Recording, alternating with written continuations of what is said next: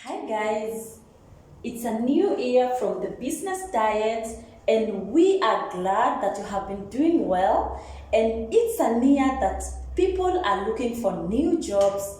New jobs are opening up for people who have been jobless, and we are all preparing to go for those interviews that we have been desiring to join the jobs of our own dreams. And this time, Business Diet thinks it's important for us to discuss a little bit of what we look forward to meet in these interviews, because there are some questions that people have tried to answer for the longest time and they have never succeeded in their interviews because they don't know how to answer. And one of these questions that has been the toughest is the question of tell us about yourself.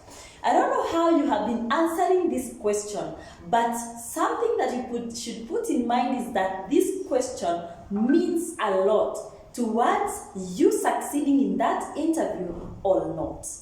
And for you to be able to answer this question, the first thing that you should put in mind is that you're supposed to start from the present.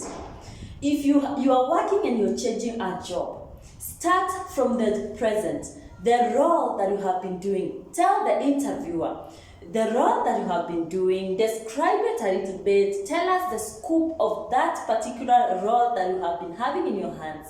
And then from there, tell us a little bit about the past. How did you get there? What are some of the experiences that you have had on your way? And it should relate to the role that you are applying for, not to the role that you are doing, but the role that you are applying for. So make sure that everything that you bring on board is something that is relevant to the job that you are applying for. Then once you are done with that, tell us something a little bit about the future. What do you intend to do? Why do you think you should be the one being given this particular job? Now that one calls you to be able to understand the requirements of the job that you are applying for, because you need to know what is the employer looking for. If the employer is looking for somebody with managerial skills, maybe this is a great communicator. This is somebody who can be able to work at a minimum supervision. Then you should be able to have identified that long before you went for the interview, so that you can evaluate yourself and see if anywhere you have been working, you have had this kind of skills. So if you have been working and you have been managing a team of people, you can come and tell them, this particular role that I am applying for requires somebody with managerial skills. I have been working with a certain group of people and I did this and this and this, which portrays you have managerial skills. That way, you convince the employer that indeed you are the person that is required.